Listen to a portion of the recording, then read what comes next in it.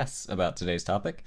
First, going down the alphabetical list is Ashterothi, a member of a corporation I can't pronounce. Greetings, fellow Empyreans. I am Ashterothi, and I am the COO of Malro Corporation. COO, what does that stand for exactly? Chief Operations Officer. So I'm not the CEO. I'm not the person that actually runs the corporation, but I'm the guy who makes things happen on a day-to-day basis.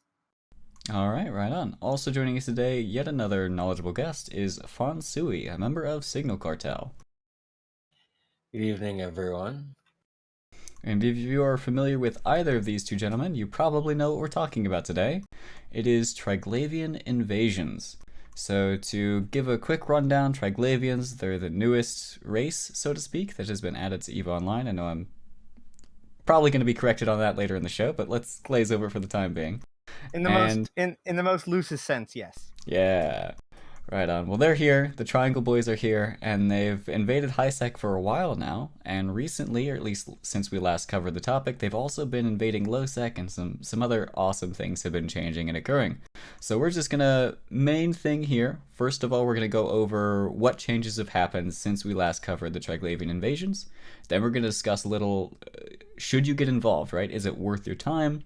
And then also, how can you get involved if you're interested?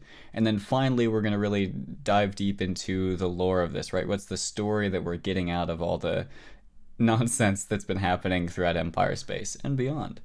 So, with that precursor out of the way, Fonsui, can you give us just a quick rundown? Like, give us an overall narrative. What's up with these Triglavian invasions?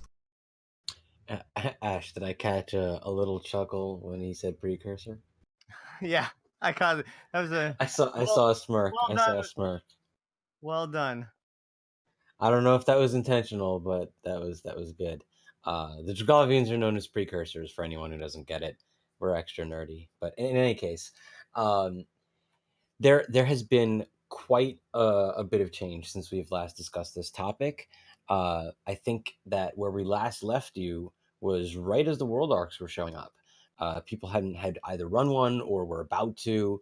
There wasn't a whole lot of information available, and there has been quite a bit of change since then. The Triglavians have uh, expanded their presence. They are now showing up outside of invasions more than ever before. What we are seeing is small fleets known as Resna Borg scout fleets with 1 to 5 Damaviks, and they are warping around high security space, sitting on gates, sitting on stations, going to celestials, going to belts, and they are killing AFK players in HiSec. To be clear, Damaviks are the frigates of the Triglavian ship line. So basically, Yes. just 1 to 5 frigates. So if you're fighting them, they're not that hard. But if you're AFK, they'll eat you alive. Yeah, these rats are somewhat different than the rats that you have seen in other types of content. These ones have some real teeth. They're quite scary. If you come prepared to fight them, then you can defeat them fairly easily, and you can actually make some decent money off of it as well. But if you're not ready, they will absolutely take you out. So that covers some of these scout fleets that are warping around. That's the least of of the influence of the Triglavian collective that we've seen so far. Another new development that we have recently seen in the past few weeks is emerging conduits, which we have received some very vague word from CCP indicating that the systems that they are located in and can be found is related somehow to where the invasions are. They are some amount of jumps or some distance from the existing invasions. These emerging conduits are intended for 1 to 3 players. They are fairly easy, but you again must come prepared, or you will absolutely lose your ship. Uh, and they are showing up all over HiSec. They will remain in a system for a day or more. As soon as one is cleared, another one will spawn in the same system within 60 seconds. So these things can be done all day long. Oh, wow. The And Rasnaborg are similar. The roaming Rasnaborg, as soon as a pack is destroyed and within a very short period of time, another pack will spawn somewhere else in the system. The nice thing about the Resna Borg, the actual squad, is that it's designed to help players practice and learn how to descan, because that's the best way to look for these things, either combat probing or descanning them down. So to be clear, these this term Rasnaborg is, the in-game name, the proper noun that's being applied to the Triglavian ships that are found outside of the invasion specifically. So they are the scout fleets that are warping around, and Rasnaborg is also going to be the name of the ones that you find inside the emerging conduits, which work in a very similar way to the conduits that we've seen so far, the minors and the majors. They have a couple of waves. Rift is sealed. There's some rocks to chew on if you so choose, and another one spawns afterwards. The reward for these is obviously slightly less than the minor conduits, but the difficulty is significantly lower as well, especially considering the fact that you're not in an invasion system and you can't get a gigantic invasion-sized warping fleet that just drops on you while you're clearing this site. So people what's this warping fleet? What do you mean? So when you are in invasion systems and fighting, or even just sitting on a gate or a celestial or anything, there are invasion-sized scout fleets, just as there are Rasnaborg scout fleets outside invasions. There are actual invasion-sized scout fleets inside, and the deeper you are into the invasion, the larger these fleets are. And you hang out at a site, and Ash will tell you, he's sat at the sun and just let them come. Wait, what? Really?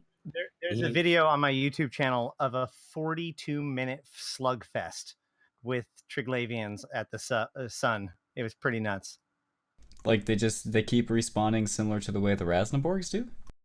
No, so and actually there are multiple fleets in the system at once, and when you kill one, another one spawns somewhere else and might warp in on you. So he's fighting one, a second one shows up, the one he kills spawned another one somewhere else, and then that one goes and joins.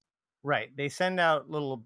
We're not 100% sure how the respawn mechanics and the spawning mechanics of the actual fleets work inside of invasions, but they seem to send out basically distress calls. So as you're fighting them, they will, there will be warp-ins of other packs from throughout the system that will come and join in the fight. And you can even see in the video, because we warp in at 100 and they burn towards us. And as soon as we hit contact with one another, I think it's 3 more fleets warp in, one from each direction. And that's how the fight started. Oh, wow.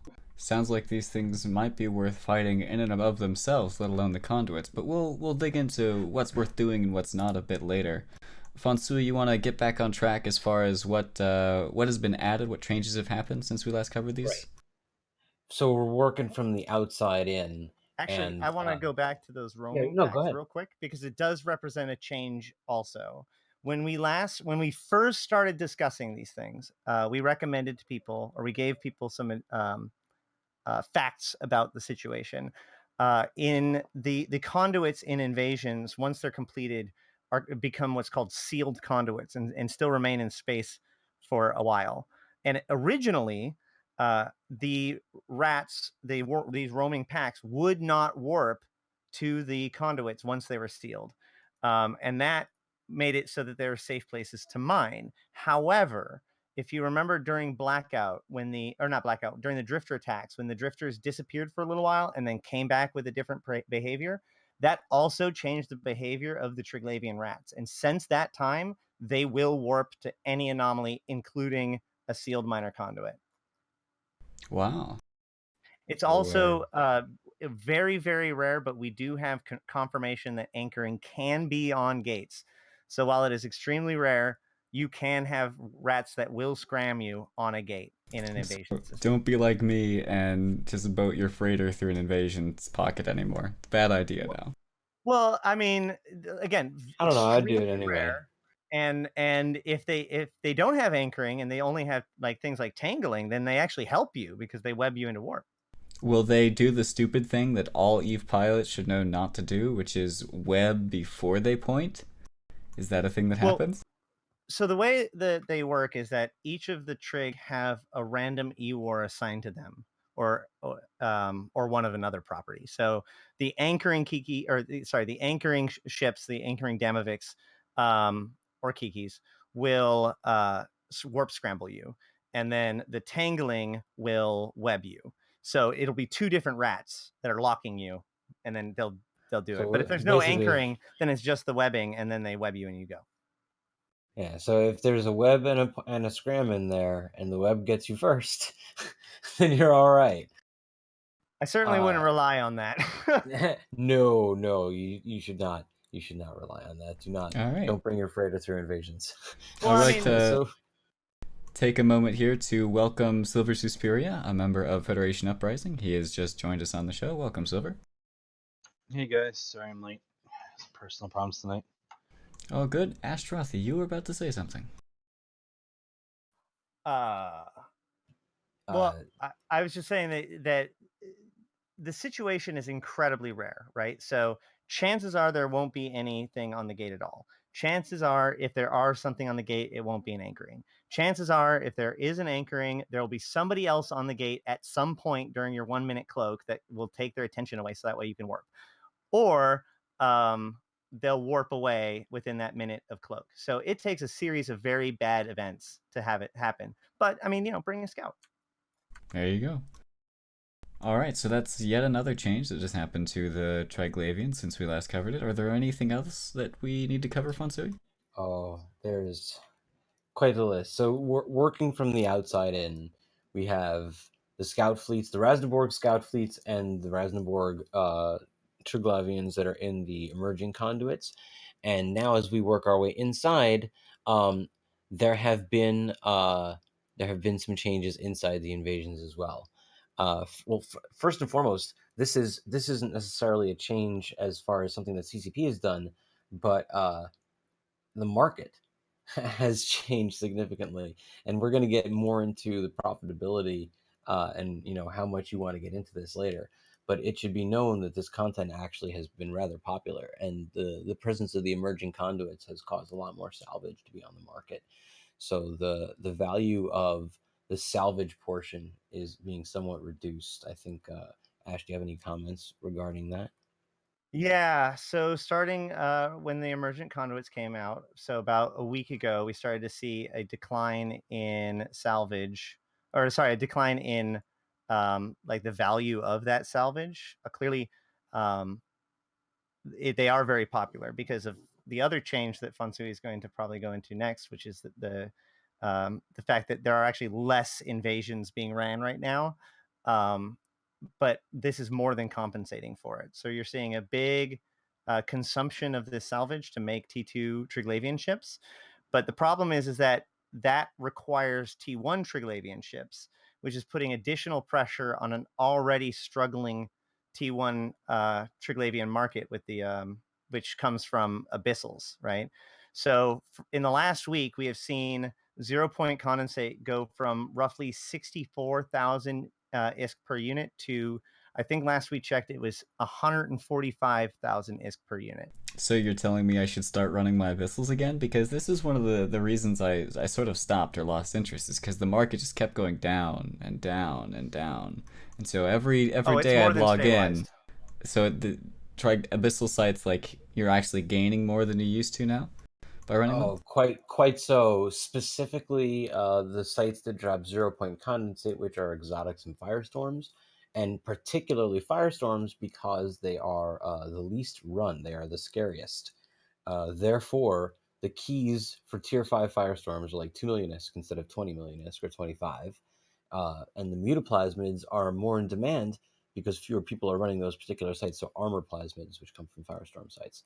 So if you've got the balls and you've got the ship, I strongly recommend running some tier 5 firestorms, collecting some 0 point and making some extra bank. And the firestorms, those have the bonuses to the reduction in your thermal resist, but the bonuses to your armor HP? Yeah, you get a bonus to armor HP, which does diddly squat for you. and unfortunately helps the rats quite a bit because you have a lot more to chew through now, and having more brick doesn't really do very much since you're an active tank and you're relying on resistant reps, not your buffer. So firestorms are generally considered the toughest of all the sites. There's no assist whatsoever. You receive nothing. The best thing that you're getting in there is the resist penalty on the rats that lets you do a little more damage. So Ashterothi mentioned something in there where there are fewer players running invasions now, or rather there are fewer invasions being run. What's the deal with that? What changed? What happened? Well, I should comment on that. He runs them significantly more. Yeah. Okay. As of the last patch, in the patch notes, it said that the Triglavians are extending their presence into Losec, and we, within a day, started to see sites where the foothold was in a Losec system, which was unheard of before. This means that we have world arcs in Losec systems. And we've done some tests and we discovered that the rewards in Losec are roughly 40% greater, a little bit more than 40% greater than the same exact site in a normal high-sec system. This also kind of explains another change that we saw just prior to this, which is that world arcs now have a gate. You don't warp directly to the world arc anymore. You now warp to basically a fancified acceleration gate, and then use the acceleration gate to get in. What impact does that have on the way that these are run? Well, it gives you a little bit of warning if someone's going to try to warp in on you in the middle of the fight. It also, my assumption is that it's to prevent capitals from running the world arc sites. Ah, I see. But all sub-capital ships are still allowed in, yeah? Yeah, we haven't Correct. hit any site restrictions whatsoever. Awesome. So I think that covers most of the changes. The last, or at least one of the last, is the stat changes on a lot of this stuff. So primarily in the World Arc site, a lot of the rats have had their stats very, very tuned. The Drekavacs are more glass cannon than they were before, less HP, more newt. The Zorias were given additional HP, additional newt, some other stuff. All of the pylons in the World Arc were given, I think, twice their HP. What do you mean by pylons? What's that? So as a portion of the World Arc fight, which is effectively a raid, it's a phased fight during which there are points at which pylons spawn, little towers, and they have different effects like ECM, or they will boost you around. Wait, what? Really? Yeah. Smart bombs. Every pylon spawn comes with one transportation pylon, and if that transportation pylon is within 30k of your fleet, they can randomly teleport any of your fleet mates 100 kilometers, roughly every 10 to 15 seconds. Is this like a situation that they have in incursions where you know exactly where it's going to spawn, so you know how to avoid it, or does it just spawn randomly and you have to get lucky? It's mostly random. Okay. We were actually discussing when approximately it'll happen, but you don't necessarily know whether or not they will be nearby or not. And in fact, I mean, like, they can be 100 kilometers away. So it took us a long time to suss out, because it's not like you want to risk it and not kill it. So it took us a few weeks to figure out where its minimum ranges are. And now we know that it can't affect anything above 30 kilometers. We kind of walked our way closer and closer. Like, okay, well, let's not destroy them if they're above 50. So the random nature of this is semi-random, just as we see in Abyss. We were having a discussion about this the other day, and there's a certain amount of randomness that is inherent to the Triglavian collective and all the content that's surrounding them. But it's structured randomness. You know, the spawns in Abyss have a point system, and there's a certain type of room that you spawn into, and then within that type of room, they will allocate points. So there are rules, but there is randomness within that. So those spawn rules are similar for these sites. And the World Arc has certain components that are predictable and others that are not. So as Ash said, you don't know where these towers are going to spawn, you kind of know what's going to spawn and you kind of know when. And some stuff you can pin down, quite a bit, but there's always going to be some stuff that you just can't account for. So some of these towers have been made more impactful. Also, the rats have been made more impactful. Yeah. How much more difficult is the site to run now? Overall, all of the sites have become a little bit more deadly.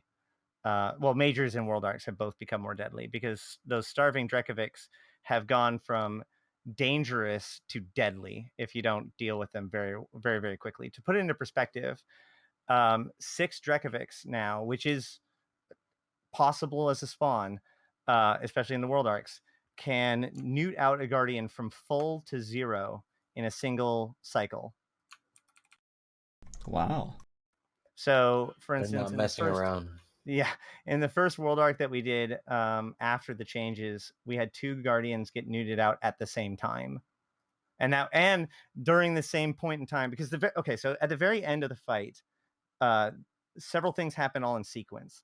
The first thing that happens is a bunch of new pylons spawn, which includes a transportation pylon. The second thing, the other pylons are mostly energy burst pylons, which are basically smart bombing pylons.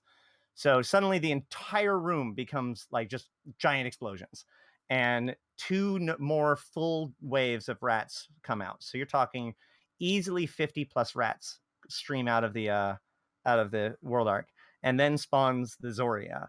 And it says in the post, or in local, it says that it appears that Zoria is issuing a formal challenge. And so we've come to take this, we've come to call this Zoria's challenge. And at that point, the goal is to kill the Zoria and basically nothing else. Once the Zoria is dead, that triggers payout, that triggers the World Arc to despawn, that triggers the towers to begin to despawn. The problem is that, like I said, there's smart bombing everywhere. You have all these rats, so that they are putting pressure on at least 4 or 5 different targets at the same time. There is at least 6 to 8 anchoring ships, so little frigates that need to be killed before you can warp off because random of your guys are scrammed.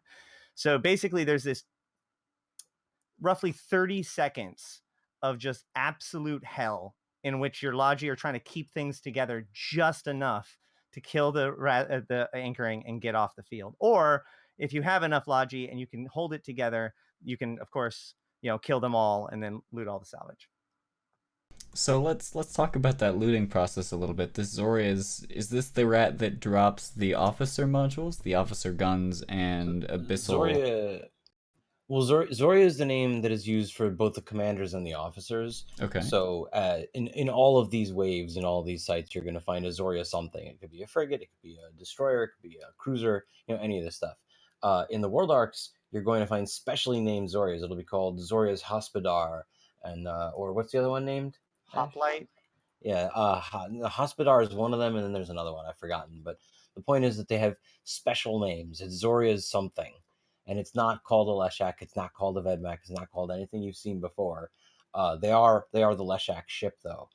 No, that's not correct. Each one of them is a different type. They can be of any of the types, because that's what determines what they drop. Like if it's a Damavik, then it'll drop a light gun. Okay, I've got it. And it's going to drop the officer version of the light gun, and the officer version of the heavy gun, and the officer version of the super title gun. Could, yes.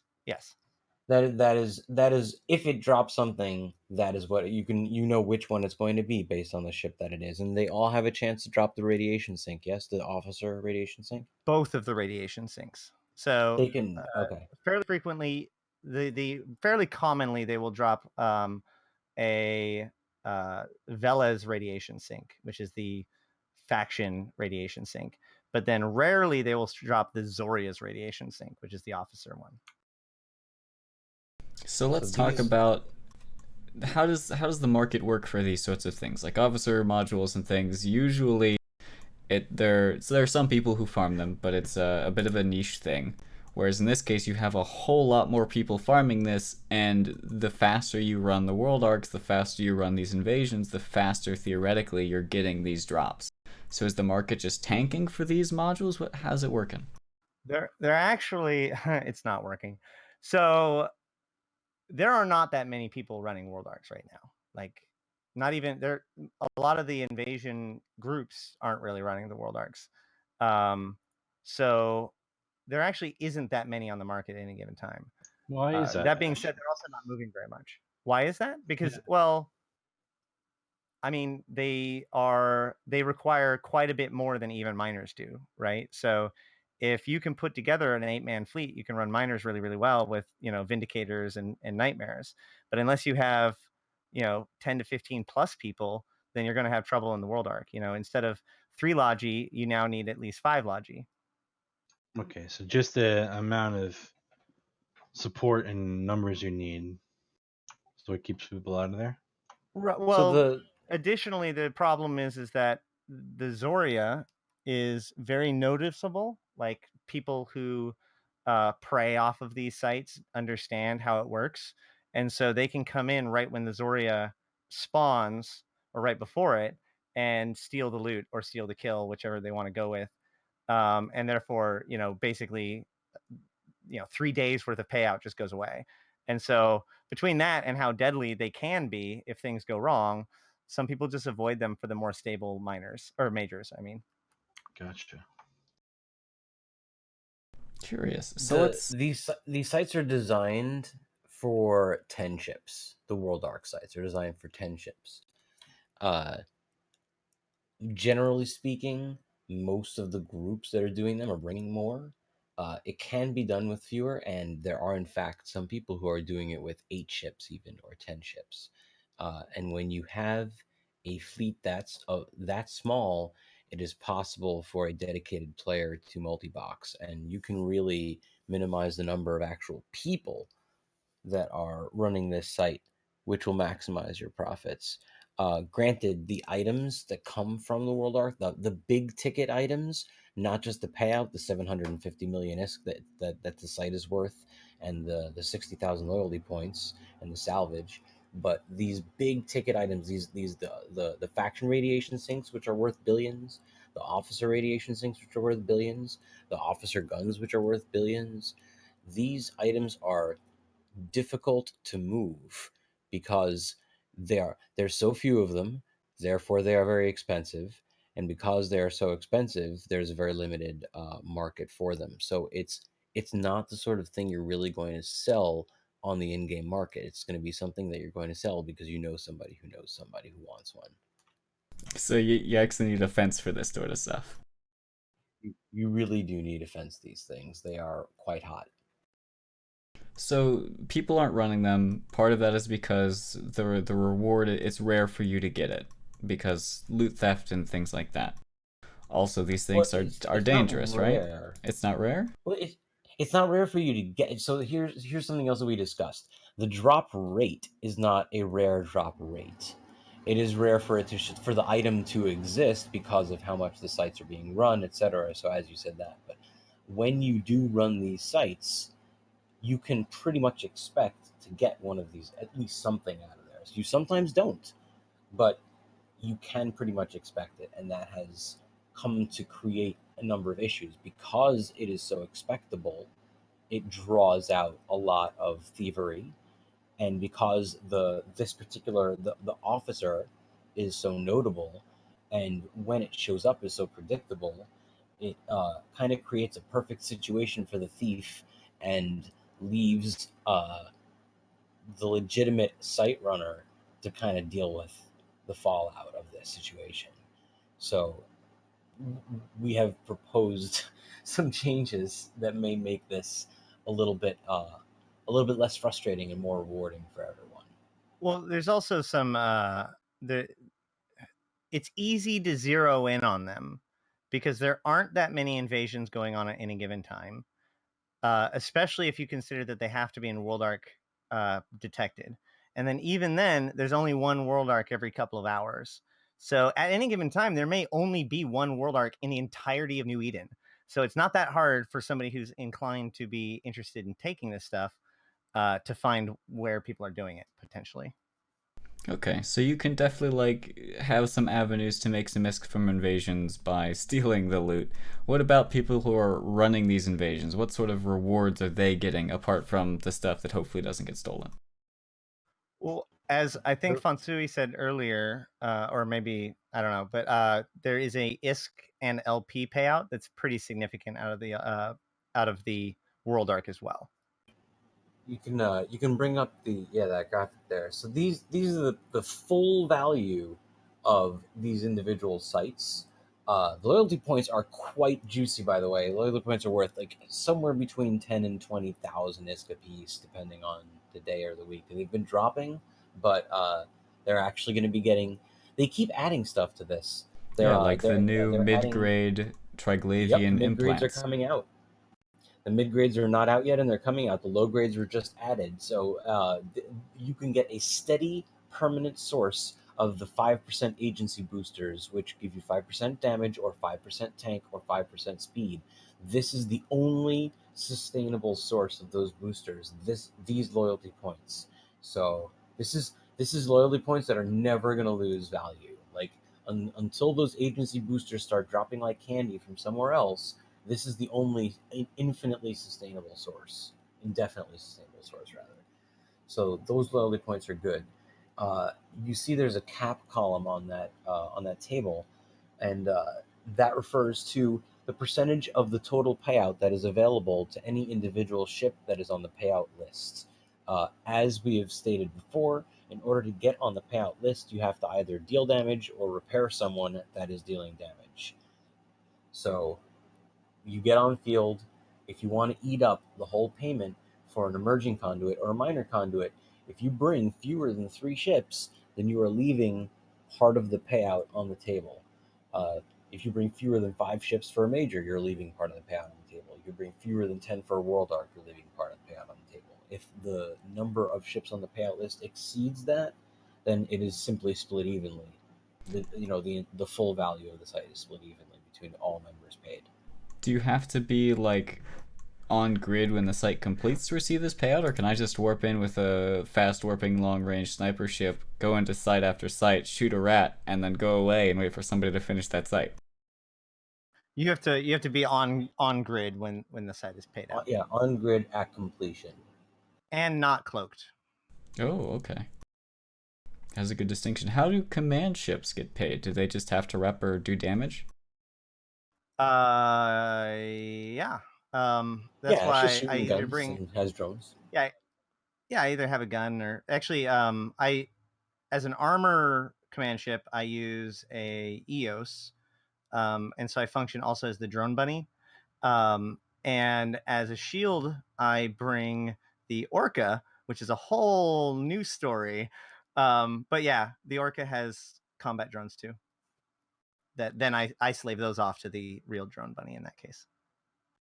Okay, so let's burn it down and talk about what everybody really wants to know, which is like ISK per hour. It's the way that people judge what they want to do in EVE Online nowadays.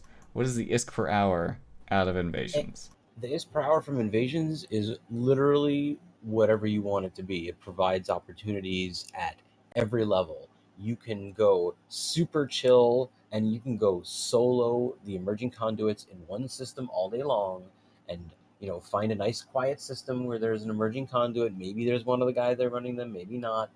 And you can maybe bring a friend, maybe bring 2, because you kind of want to eat the whole payout anyway, and you need more ships to eat the whole payout. And you can go super chill and make like 50, 100, 150 mil an hour, depending on how hard you go.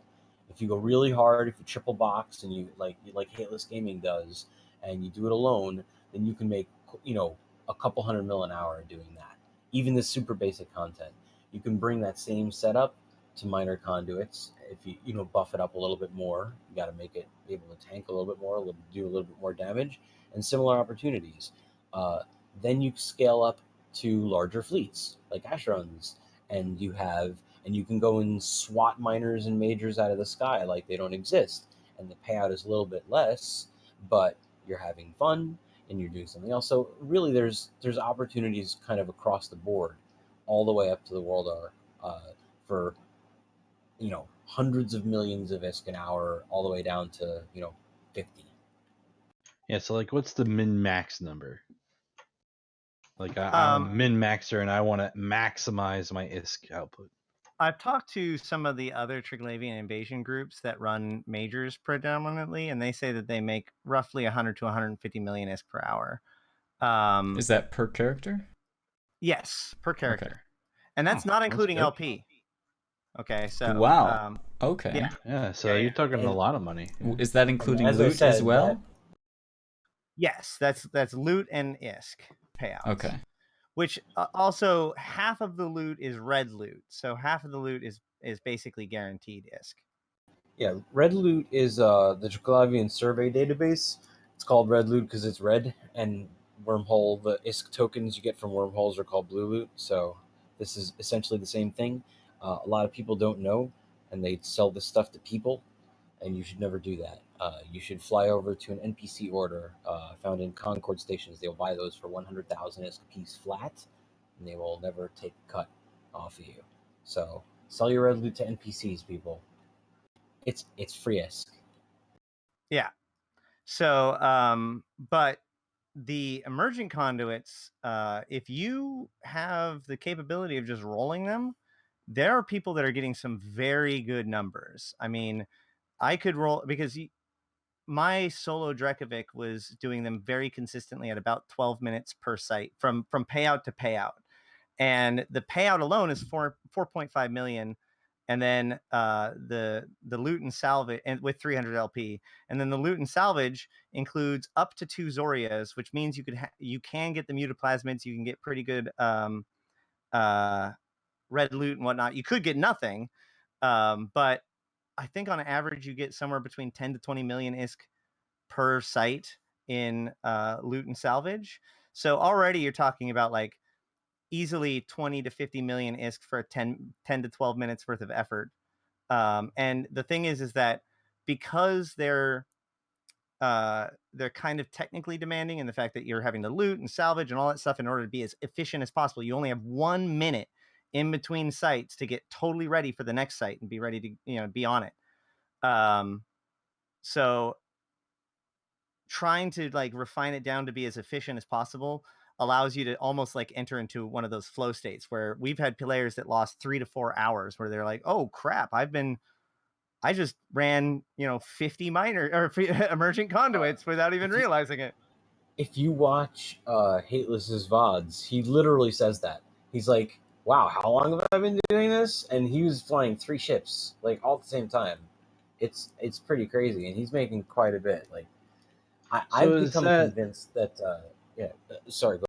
Is like 150 million an hour with the chance of jackpot too? Like could you grab like what are the drop rates for like the officer stuff and like?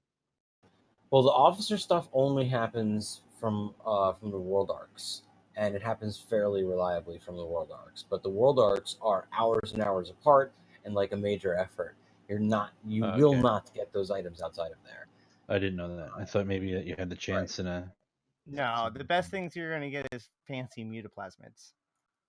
So somewhere between 20 to 100 million, maybe. Although those mutaplasmid prices are taking more of a hit than the salvages. Let's just put it that way. You should assume no jackpots. You should assume steady ISK based on this. Just like Abyss used to be jackpots and it was brand new, and it always was bound to settle into steady ISK. So has this, and you can make. People are talking about 100 and 150, and that's good. Like that's not bad money at all. But you can up that to 400, 500, 600 an hour if you get really super try hard about this. It's getting harder to do that as the salvage goes lower, but these numbers are very doable, especially once you start getting into multi-boxing majors and multi-boxing world arcs. Like this is very, very realistically very extreme high-end payout content. All right, so if you're a player and this sounds like something you may be interested in, be it because you like the lore or you like the idea of doing group PvE or multi-boxing and min-maxing, or you just like ISK, how does one get involved? How do I get that ISK? How do I do it?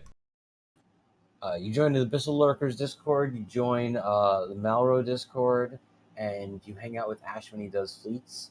and you'll learn absolutely everything there is to know about this stuff, and then you can go and do them yourself. Yeah, there are several good Triglavian fleets. Entropic Collective, Triglavian Defense spring to mind. And then, of course, Arataka Research Consortium do their own. And I think that they still let other people in. And those are kind of the fleets that a lot of people can join, or most people, relatively open fleets or communities that you can join, I should say. As far as the Resna Borg and the Emergence, you really just, you fit up your Drekavik or better for the Emergence and just get out there and start doing them. The nice thing is that, these are basically that friendship machine that they're talking about, right? Because you can be rolling these things and somebody else comes in the site and you don't immediately hate them. They're not stealing your loot necessarily. Well, they're not stealing your payouts. And in fact, they're making you go faster. And so, this could foster a positive relationship, which could become synergistic and teamwork, and it become a group. And now you have 3 people, and 3 people is a frigate abyss. And now you have enough for miners, and then you need enough for majors, and now you have a corporation. And you get what I'm saying? Like this is like the germination points for some of those social bonds that they're trying to make in Eve. So you really can do it as a solo. Just get out there in a well-tanked battleship, or at least be ready to be on alert. They do a lot of damage. Basically, in Emergence, each wave doubles the DPS of the wave previously. And so but the key is that they don't bring anchoring. So you can always warp off. But if you find a ship that's good enough, you just start running them. 900 effective hit points per second hot is kind of what you want to have for these sites. And then, do they only do the Triglavian EM thermal and explosive, or do you have? Okay. So if they have an E-War name, so Tangling or Renewing, Renewing is repping, but if they have one of those kinds of names, then they just are traditional. They do explosive thermal, right? If they have no name like that, so they're either just they'll be called liminal inside of the invasion systems, and that'll be just Resna Borg outside of invasion systems. If they have no E-War, then they also have a missile, and that missile does a very high amount of EM and kinetic, enough that it brings down their percentage of damage done from 48% and 52% to like 8 and 9 because of how much more damage the missile does. But that doesn't ramp up. And then finally, the Zoria has a different kind of missile, I'm pretty sure, but the Zoria does primarily 60% EM damage, and then everything else is kind of lower than that. So my requested profile would be 60% EM, 75% explosive or thermal, 50% kinetic, and 75% explosive, which with explosive and thermal being pumped as high as you possibly can. My standards for Logi are much higher. You're talking about at least 85 in thermal and kinetic. And some of our fits have anywhere from 92 to 95% resistances in either or both explosive and thermal. Wow. Is there any other sort of mechanics, tips, and tricks, or things to do, ISK to make in these Triglavians that we haven't discussed yet? Yeah, so there's an interesting trick that exists in both miners and emergence, which is that they are not dead space. And therefore, when you warp in, there will be rocks on the far side that are over 150 kilometers away. And if you catch one of those, usually I use a control, as I'm landing, I control bounding box the back side of it in order to find one of them, and then spam right click as I'm landing. And as soon as you're finished landing, it'll change to warp at distance. And if you warp at either 100 or 70, you'll land very close to the actual conduit itself and that will greatly aid your ability to get damage on target very quickly. Salvage quicker because you can drop your pack rat right next to there. The Zoria can't burn off somewhere crazy. You can web them right away. It just allows you to control the situation a little bit better. It does make it so that you can't kite them, but it gets you on target faster.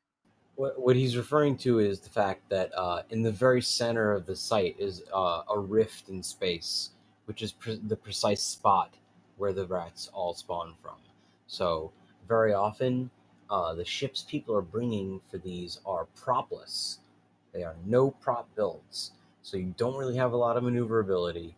Sometimes they do, but very often they do not. So getting right on top of that conduit, or right on top of that rift, smack in the middle of the site when it spawns, means that you grab everything right out of the gate, and stuff doesn't get away. It can cut your time significantly. And as he said, the method is using one of the rocks in there to warp once you land. Now, it's worth noting that this is not true for majors or world arcs. They are dead space, so you cannot warp in them. That's important because in the majors, the rocks that you can mine. By the way, there's rocks that you can mine are 50 kilometers plus away, and in the world arcs, they are at least 100 kilometers away. Are these rocks actually worth mining, or is it just sort of a thing that was there and was worth it until rats showed up? Oh boy. So this brings me back to the fact that I bring an orca to my shield fleets. They're worth it for a couple of reasons. One, it's better than normal scordite. Hold on a second.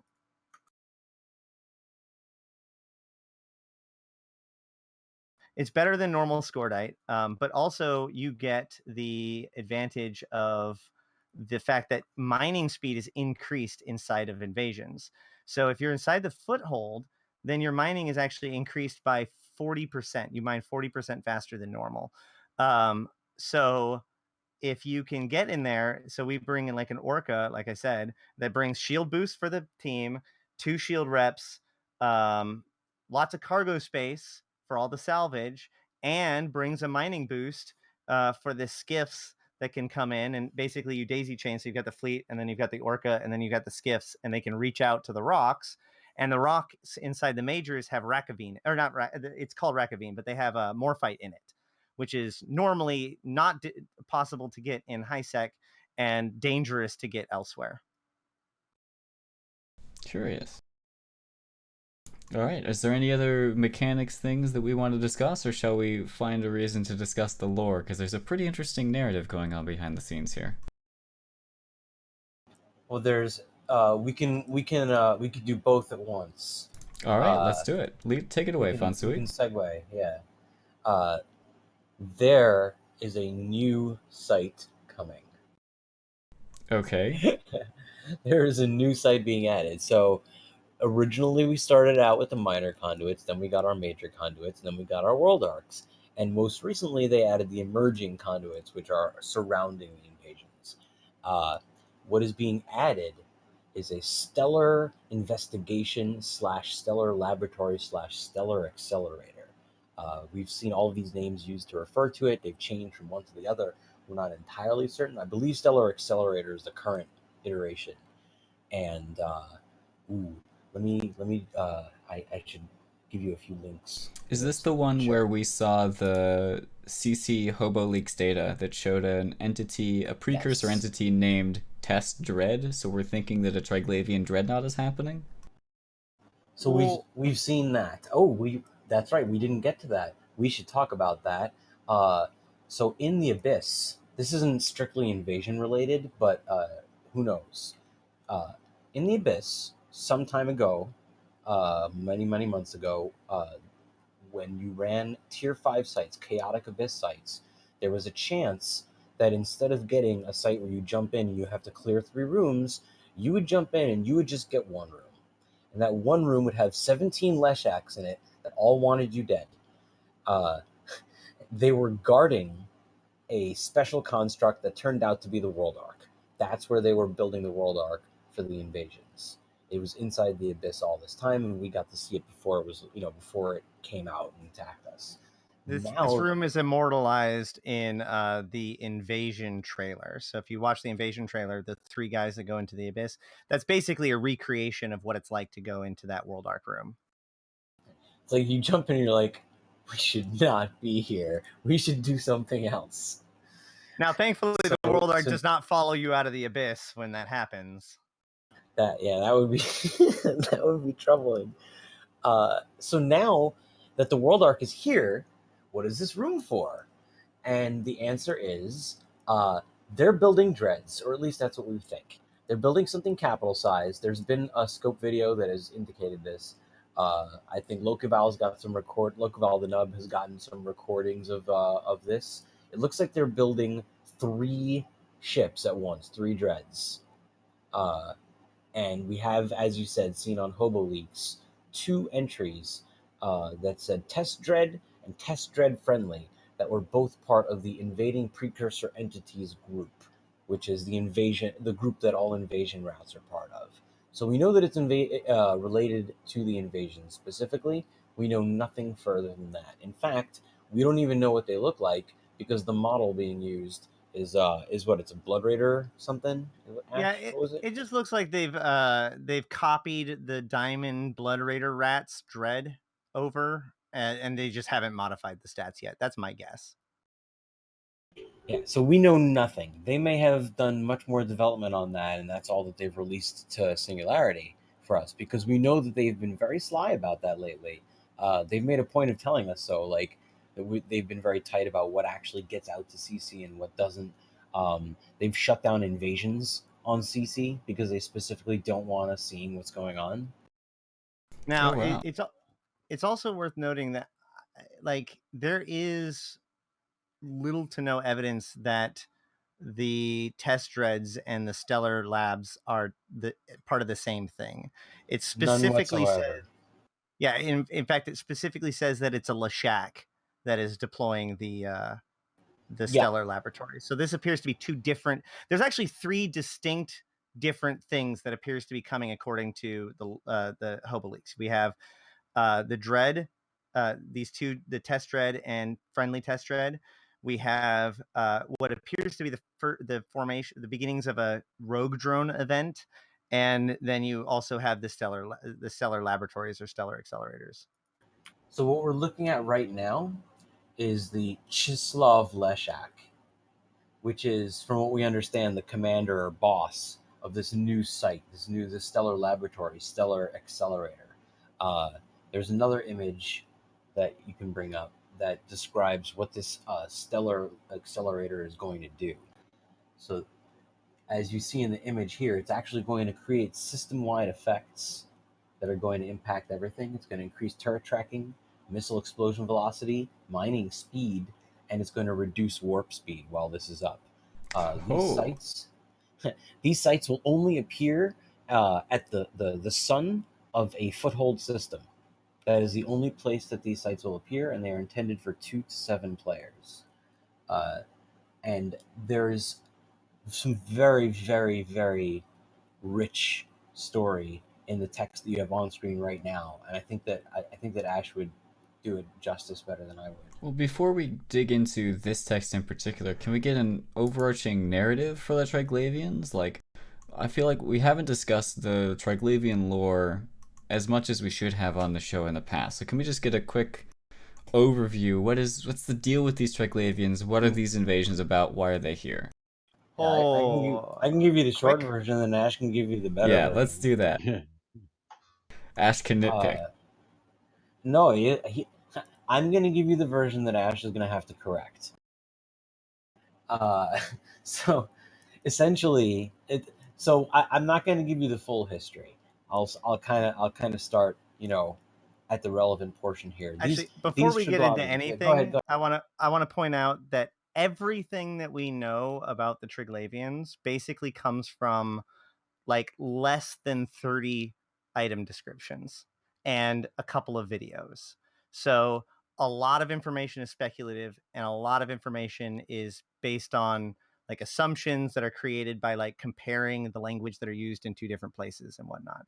So any or all of what we know about it could be technically wrong. Now then, proceed. So as far as we know, these Triglavians are Jovians. They are some remnant of Jovians. They broke off at some point or another, and they, as they say in the video, the ancient domains were lost to them. They were sealed off. They were taken away. So they've lived in the abyss for, who knows, thousands of years. And they've figured out how to live there. They've figured out how to be stable and create a whole culture and society. And somehow we started poking around. The filaments started showing up, and we started poking around. And now they want to know, they're poking back. And that is what the invasions are. They it's these strange, alien-like offshoots of the Jove that we don't quite understand, that have all sorts of different just concepts of morality and honor that we don't quite get, and we don't know what they want.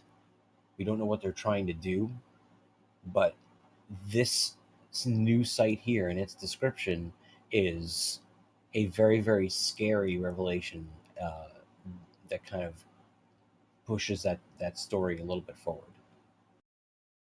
Yeah, we know that the Triglavians are very interested in the manipulation of space-time and the topology of space itself, as they say.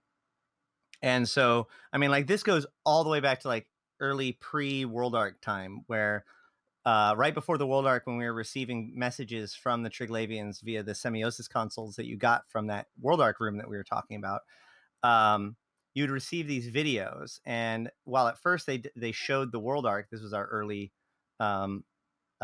earliest pictures of them, of it. But then we also saw what appeared to be Resna Borgs, or reconnaissance, on various systems in New Eden.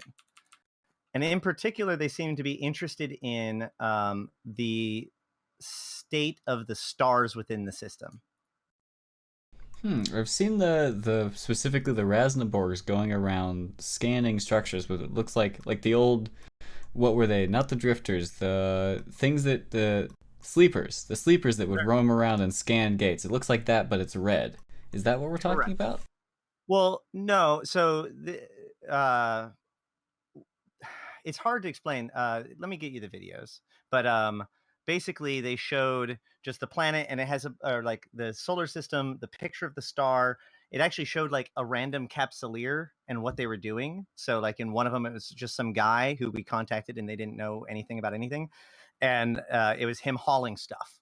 And then another one, it was like a Mimitar station. Like, we don't know why they were paying attention to these things, but it was all part of this report. And then on the right-hand side, there's all these different like stats, but none of them are like what you would think of.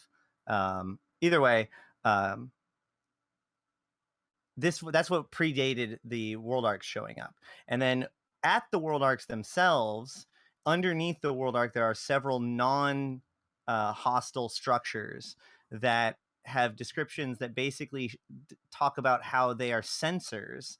So these Triglavians are actually interested in their ability to manipulate space-time. So they're experimenting. These invasions are actually less of an actual takeover and more of a series of experiments, as the Triglavians are perfecting their tools of deployment or whatever, in their path towards extirpation of the postulus flow. Either way, so it also manifests in other weird ways. So like in minor conduits, for example, as I said, it's not dead space, so you can warp around. But in majors, it is dead space. But what's interesting about that is that in minors, the rats won't warp within the site. They can warp to and from, but they won't warp within the site. In majors and world arcs, which are dead space, the rats can actually warp within the site. So it seems like the rats have some sort of special control over space-time that increases as you go towards major and world arc conduits. And then finally, of course, now we have these stellar laboratories, which are incredibly interested in the stars themselves, and using the stars to create power, enough power to radiate these status effects. And then, if I can find the text. I've also dropped some, since you're speaking about the stars, I've dropped some images that you can show that show some very interesting statistics relating to the stars of the systems that are being selected as footholds. And this is data that players have just gone out and be like, these Triglavians, they seem to like to look at the stars. These invasions are happening in systems, so let's look at the stars too, and then do our own data collection alongside the Triglavians to try and figure out what they're interested in. All right, this is some interesting stuff. It's not entirely random, though, because we've had... So if we go all the way back to the Salian incident and Templar 1, you have what's called Isogen 5, right? Which is this super crazy, powerful, dangerous, quantumly entangled material that when Jamil threw the super weapon into the sun, blew up all of the caches that had been assembled by some mysterious precursor race, exploded simultaneously. And this caused what's known as the Salian incident. And what was particularly interesting about this is that Isogen 5 only can be found and is only effective in and around type O blue stars. And so the systems with blue stars, including Salian, when this happened, the stars themselves shot out this pulse of energy, like almost like a supernova, that destroyed the local planets, which is why we have the shattered planets now. And this was the event that opened up the wormholes. Okay, so Isogen 5 and blue stars have been with this since the beginning. So we already knew to kind of be looking, and in particular for blue stars. And so what's interesting here is that they do preference blue stars way above statistical norms, and they actually prefer anything but typo blue stars beyond statistical norms. So it's like if you look at the comparison of the blue stars, all three stars, the O type, the B type, and the A type blue stars, are all pretty much an even distribution, and yet they are almost entirely avoiding the O type ones. So they're scared of this explosion thing or something related to it. We think, I suspect that, like, with the destruction of the Isogen 5, it's very possible that the value of the typo blue stars systems is consumed because of that. I mean, obviously there's something going on about the spatial anomalies around these stars that causes these weird things to happen. And so if those ones are used up. Yeah, so if they're hunting for something, I also suggest that maybe they're not hunting for Isogen 5 itself, but they're hunting for the properties that allow the creation of Isogen 5. Maybe there's some sort of time, like temporal weirdness in those systems that we don't understand, but allows for the formation of this substance. Now, we also know that they're very interested in these kinds of things because within the Abyss is actually Isogen 10, which they also use in their construction. We see in the latest locked Deca Isogen, which Deca meaning 10, of course. It also says in the description of Isogen 10 that if split, it could become a massive power source. And I keep thinking that, 5 + 5 equals... 10 split is 5? That, I mean, I understand that isn't how isogens work, but, How do you know that's not how isogens work? Maybe that's exactly how isogens work. Because I passed chemistry. So I think isogens is meant to mean isotopes here. But the isotopes we're talking about are isogens. No, it's isogen. It's an item that is called crystallized isogen -10. Mm-hmm. And that -10 could just mean the 10th something of it. It doesn't have to mean something that our today science makes sense of. So who knows? Maybe it could be split in half. Or maybe it's a quantity of something that we're unfamiliar with. Let's get... That's too far down the speculation train. Let's pull back to the marginally speculative. In any case, sure. We don't really need to go that. We don't really need to go that far. So what we know is that at some point in time, the Triglavian came into contact with the drifters within Triglavian space. And upon seeing the drifters, they immediately identified them as an ancient enemy. They actually call them the ancient enemy Azdaja, which means ancient enemy dragon. and they describe the drifters as being of the Council of Tyrants, which is very noteworthy given the fact that the tyrants were actually the leaders of the Second Jovian Empire. So if all of this stems from the Second Jovian Empire, it kind of makes sense that they would recognize them, but how this all plays out in their exact roles and things, still unknown. So so at some point they run into these drifters and they realize that there's something, or that you know, their security has been breached, their world has been breached, and the ancient conflict has basically reignited. And so that's when they start to gear up. A little while later, I believe probably after the original Vedmak gets captured. So the Vedmak gets captured by Concord, and the filament technology becomes more widely spread in known space. And it originally gets leaked out and spread towards the pirate factions, which is why you can get the T1 Abyss filaments in pirate sites. So at some point in all of this, Sancha, or members of Sancha's nation, have made multiple incursions into Triglavian space. And the Triglavians have what they call ancient noema, which is like an ancient policy or thought. Noema means thought, which allows them to basically emulate this hive mind that they've found on site.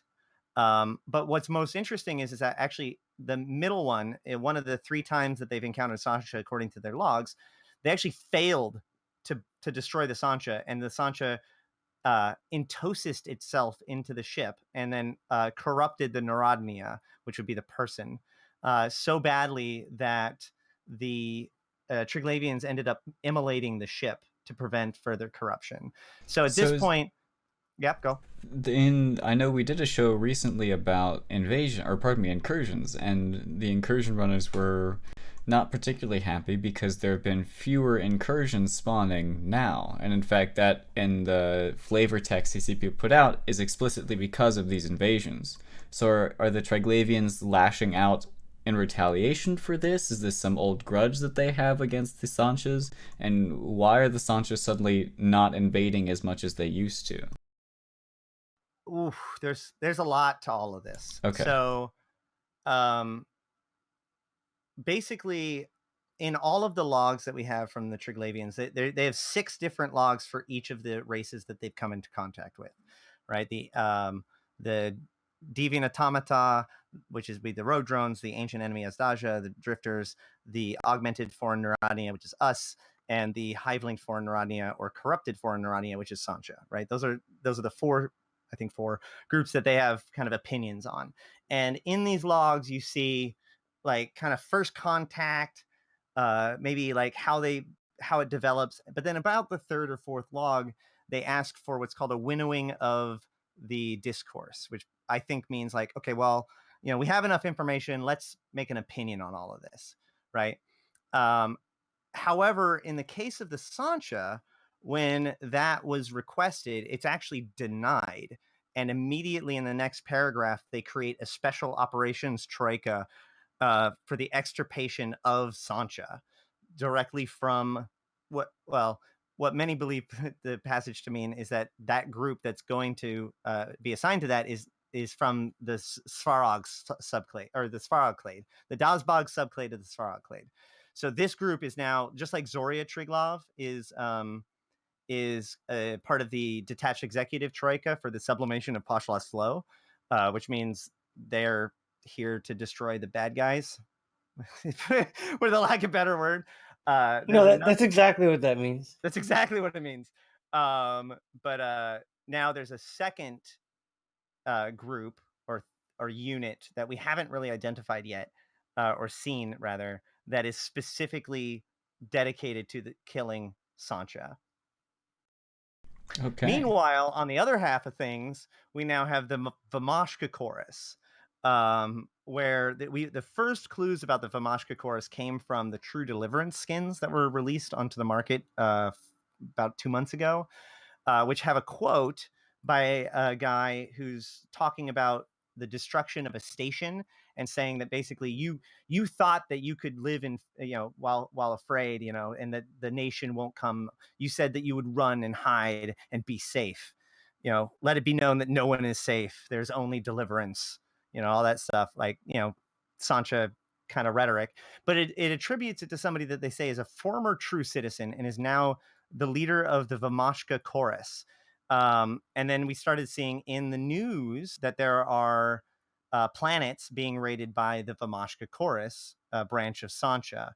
And most notably, there was 2 in Seshi. I think it was Seshi. There have been 2 attacks there. The first attack was successful. The second attack was less successful. And the reason why I'm saying all of this because of this question is because immediately after that, the last new notification that we've received is actually that the Triglavians have now attacked the exact same system. And it says that they believe that it's in relationship to the Vamashka chorus. So it's possible that there's a schism. They also describe the Vamashka chorus as a splinter group within the Sancha. So it's very possible that the hive mind is cracking, more or less, or that Sancha isn't even who he said he was with the invasions. And so we see this new group of people led by a true citizen that is causing their own problems under the Sancha banner. So we're gonna start wrapping things up here as far as the lore is concerned. Are there any big things that we need to address that haven't been covered yet? Yeah, the punchline to all this. Quantum interactions similar to Triglavian space-time filament and conduit technology have been detected, and it is possible that the collective are engaged in an effort to weave the star's gravity well into their conduit network. The prospect of the Triglavians incorporating the system into their domains cannot be ruled out, and merits forceful counteraction by New Eden's defenders. So Triglavians are trying to connect abyssal space to regular space? Is that what I'm hearing? They're trying to pull this, from what it sounds like. It says the prospect of the Triglavians incorporating the system into their domains cannot be ruled out. And this may be what they did all those thousands of years ago when they disappeared into the abyss. And they may be doing it again. So there's 3 possibilities near as I can see it. 1, they are literally going to rip the sun and bring it into the abyss. It is very possible, but that this is how they've developed the technology to have enough power to secure, stable pockets of gravity within abyssal dead space. Number 2, they could be using it to power their conduits. In other words, to bring something bigger and scarier than even the World Arc through. Or what I read is from the item description from the Triglavian Stellar Accelerator item, which is the item that you must destroy in the new site. Right. So what's our third thing that could possibly happen? So it could be powering something, right? Or okay. The Triglavian technology requires 3 singularities in order to function. So if they're incorporating the star into the power conduit, like, are they going to make a conduit out of 3 stars? But most likely what I suspect is actually going to happen is that the Triglavians are going to be able to fully take over a system. There is a possibility that somehow the Triglavians can, it's now no longer an Empire high-sec system. It's a Triglavian system until the problem is handled. Much like how the Drifters are going to take off. Nah. So what this means remains to be seen, but it seems very, very serious and rather dire.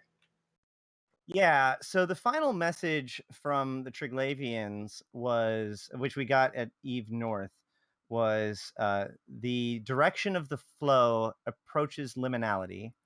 Clandestine proving in the ancient domains commences. you will join the flow or be extirpated.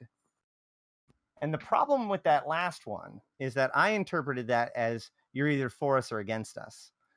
But if you're talking about literally turning systems into Triglavian domain, when they use the word flow, they either mean the flow of virage, which seems to be their religion, their path, their efforts, which is in contrast to the Pashlas flow, which I mentioned earlier. But then they also just refer to the flow itself. And when they do, they refer to it, they seem to be referring to the abyss. So when they say you will join the flow or be extirpated, Maybe they just mean saying, you're moving. Yeah, are they just saying we're taking you, and if you resist, you die? Y'all better learn to speak Triglavian. I don't know All yet, right. but it went from I think these guys are going to be our allies to this just got a whole lot spookier as of this morning. Cows are suddenly being beamed up out of nowhere. All right, fair enough. I think that's a good enough place to end the lore discussion. Definitely some questions that are left to be answered by some various lore sleuths and whatever CCP decides to release to us. Certainly keep an eye on Singularity and these Triglavian invasions, because stuff will hit live and not hit CC in the meantime, as we learned earlier in this episode. Let's talk about some other things that are happening in and around EVE Online besides Triglavian invasions themselves. There's an invasion going on in Detrid, in case you weren't paying attention the last couple of months, and it seems to be coming to a close, at least so to speak. There was a leaked and translated transcript, so to speak, of a ping that went out reportedly to Winter Coalition, claiming that they were retreating or moving back into Cache, which is a region just northeast of Detrid, and that's where they're going to be main staging their English-speaking folk, and then the Chinese-speaking folk will be staged elsewhere and trying to protect West Detrid. But Detrid will no longer be the staging area of Fraternity and the remainder of Winter Coalition. So it seems to be that either the Southern War is about to get really, really hot, or it's about to die out. And we're giving it a bit more time to figure out which direction it's going to go before we do some more in-depth analysis on that one. In some other news, the direction of the flow has not been proven. I mean, it seems to me that it's just fading because we see heavy evac ops now. So, all right, very, very heavy evac ops. I mean, it could get very, very hot if one of those very heavy evac ops suddenly gets dropped by some other very heavy ships. Oh yeah, just don't saying. Get me wrong. There's always a chance of a fight still, but as far as the progression or the objective of the war seems sort of clear now. All right. Some other news, sort of our last thing before we wrap up and jump into our Something You Might Not Know segment, is that there's been some additional information released about EVegas 2019. That's the EVegas happening this year. It is the last EVegas, by the way, or at least the last one for now, because they're going to San Diego next year, if my memory serves. But in any case, yep. Things are happening. You can now learn about the pub crawl, about axe throwing, and also we know what devs are going to be in attendance. Notably, CCP Helmar, the CEO of CCP Games, will be at EVegas, as well as CCP Convict, the newest community team member, also formerly an EVE player. So that'll be cool. Definitely quite a large list of CCPers who are going to be in attendance. It should be pretty awesome. I'm glad to see CCP Aquarian is going to be making his way out. Also, always fun to see him. All right, and that is just about it as far as this episode is concerned, the content we want to discuss. But there is one more segment that is very important to the show. It's called Something You Might Not Know. And it's where the hosts and the guests try and tell the EVE, or our audience rather, something they might not know related to EVE Online. It could be player history, it could be an in-game mechanic, it could also be a bit of lore. I suspect Fonsui and Ashterothi have some lore stuff queued up for us. Ash, you look like you're deep in thought there. You got something for us? Yeah, can you hit your push-to-talk key for me? We're not hearing any audio.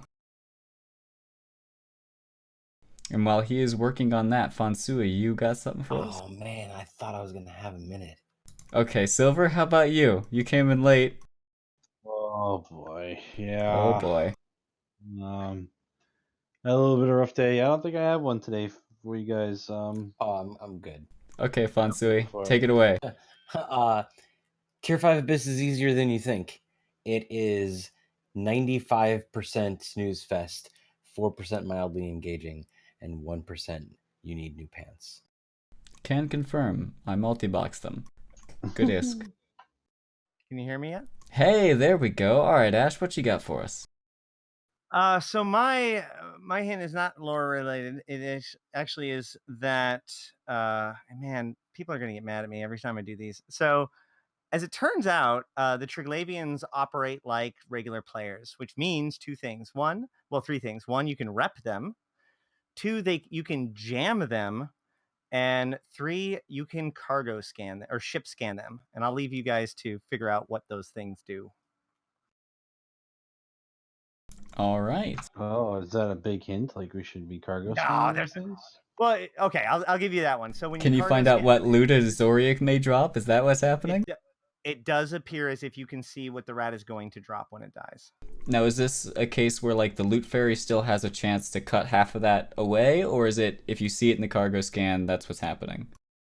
We've only discovered this incidentally. We have not done further research. All right. Oh man, I was hoping for like you cargo scan it and you get like a piece of the lore that you need to read and figure it out. No, so when we first got in there, we were like, hey, look, there's towers underneath the World Arc. We need to bring in Entosis. Post them. Sadly, it didn't do anything. Awesome. So we keep trying new things, though. My thing that you may not know actually relates to the greater EVE community and the stories of EVE past. It's a recommendation of a book that you may be interested in reading. It's called A Tale of Internet Spaceships. I had completely forgotten that this book existed until it reappeared in my brain space recently for various reasons. And it's a pretty good book. I'd recommend it. It's called A Tale of Internet Spaceships. It wasn't written by CCP. I think if I remember correctly, it was like a GoFundMe or a Kickstarter or something crazy like that. But it's a book about EVE Online, and I would recommend it. It's like a tabletop book, like a coffee table book. Sort of like EVE Source, but less art heavy, I think. EVE Source is also a great EVE Online book. Also a great tabletop book. All right, and that'll do it for this week's episode of Talking Stations. This was recorded on August 25th, depending on your time zone. I guess nowadays. We record these every week on Wednesdays at 23:59 EVE time. We also have the regularly scheduled Sunday show at 1600 EVE time on Sundays. Matt, by the way, has been doing a show called Today in EVE Online every weekday at around 1500 to 1530. And basically just whatever the interesting story is today in EVE Online, he'll sit there and he'll chat about it. And you can hop on Discord here with us in the Talking Stations Discord and maybe join in the conversation. So I'd recommend you go and check those out either when he's live or they're also being posted to our Talking Stations YouTube channel, which if you're not subscribed, go head over there as well. Alright, that's enough chilling for this week's episode. I do want to give a massive shout out and thank you to Ashterothi and Fonsui, our guests for today's show, also their regular crew members and contributors to Talking Stations. So while you may not see their beautiful faces or hear their wonderful voices, they're certainly having an impact on the content that we present to you. So thanks again, guys. Thanks for having us. Pleasure. And also, Silver, thanks for being here again.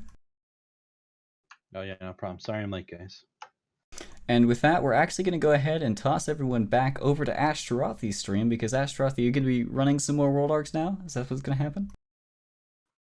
Right now we're just running minors, but I'm going to close my camera so that way I can open up OBS and then go live. All right, well, you get to hang out here with us, Talking in Stations Twitch chat. We're just going to be here for a minute and wait. OBS is probably going crazy with my face right now. Yeah, we get a nice close-up shot there. Awesome. Get to see my green screen half and my non-green screen half. That can't be unseen. All right, are you ready, Twitch? Are you ready? I'm going to do something that may disappoint some people. Oh, nope, never mind. We're going to get super excited. Here we go, let's raid Ash.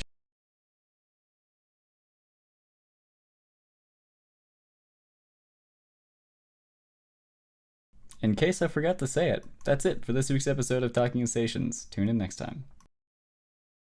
Have a good one.